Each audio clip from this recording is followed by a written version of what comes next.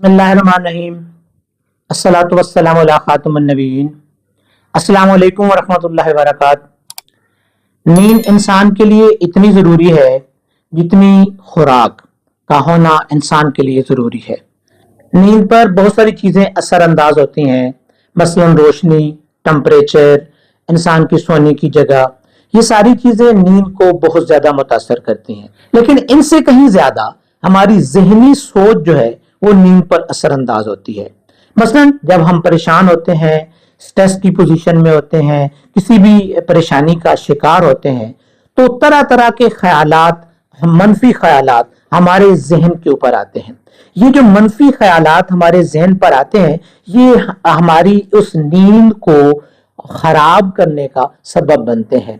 इससे हमारी नींद जो है वो बुरी तरह मुतासर होती है। ये बात तहकीक से साबित हो चुकी है कि हमारा अच्छा सोचना हमारी बेचैनी को दूर कर देता है, हमारी परेशानी को दूर कर देता है, हमारी स्ट्रेस और एंजाइटी को कम करने का सबब बनता है। जब हमारा अच्छा सोचना हमारी स्ट्रेस और परेशानी को, एंजाइटी को दूर करने का सबब बनता है या उसको कम करने का सबब बनता है, तो अल्टीमेटली उसका असर नींद पर होता है, हमारी नींद बेहतर होना शुरू हो जाती है।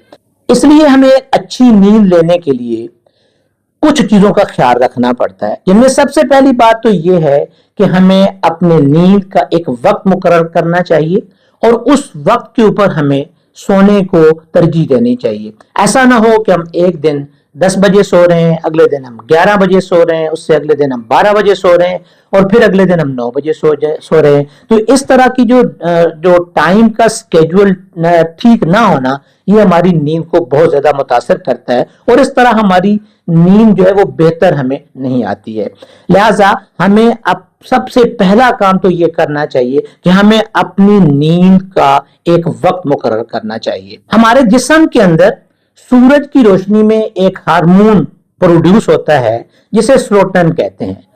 यूं ही सूरज की रोशनी कम होती है, सूरज की रोशनी खत्म होती है, तो हमारे जिस्म के अंदर एक और हार्मोन जिसे मेलाटोनिन कहते हैं वो प्रोड्यूस होना शुरू हो जाता है। ये मेलाटोनिन जो हार्मोन है ये हमें नींद की तरफ रागिब करता है, हमारी जिस्म के ऊपर नींद तारी करता है। ये 10 बजे रात तक पीक पर पहुंच जाता है। इसका मतलब ये होता है कि हमें अपनी आदत बना लेनी चाहिए कि हम 10 बजे तक अपने आप को सोने के लिए तैयार कर लें और हम सो जाएं। अगर हम इस टाइम पर नहीं सोते हैं तो फिर ये हमारी जो रोजमर्रा की जो नींद के मामलात होते हैं वो अक्सर डिस्टर्ब होते हैं। एक अच्छी नींद करने के लिए हमें सोने से पहले 3 काम करने चाहिए।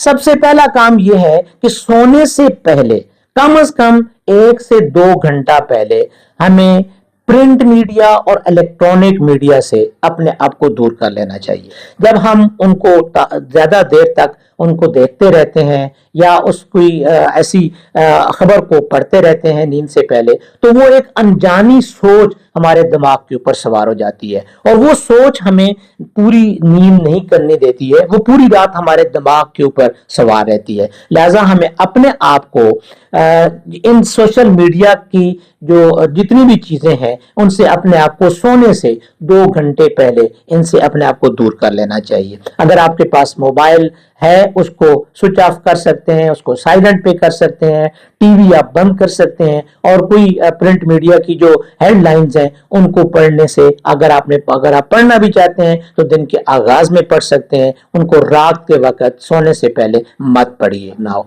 तो एक दूसरा काम ये करना चाहिए सोने से पहले कि आप अपने अल्लाह की जात का शुक्र अदा करें, उन तमाम नेमतों को काउंट करना शुरू करें, उन तमाम नेमतों को गिनना शुरू कर दें जो अल्लाह ताला ने आपको दे रखी है। अल्लाह ताला ने आपको हजारों नहीं लाखों नेमतों से नवाजा हुआ है। अगर आप उनको शुमार करना शुरू करें तो मुश्किल हो जाएगा। इन तमाम नेमतों का शुक्र अदा करना चाहिए आपको। तो लिहाजा नींद से पहले, सोने से पहले अपने आप को रिफ्रेश करके आप इन तमाम चीजों का अल्लाह ताला के सामने शुक्र अदा करें, उसकी जात का शुक्र अदा करें कि आपको अल्लाह ताला ने बहुत सारी नेमतों से नवाजा हुआ है जो बहुत सारे लोगों के पास नहीं है। सोने से पहले इन तमाम नेमतों को ज़हन में लाइए और अपनी खुशगवार लम्हात को याद करने की कोशिश कीजिए।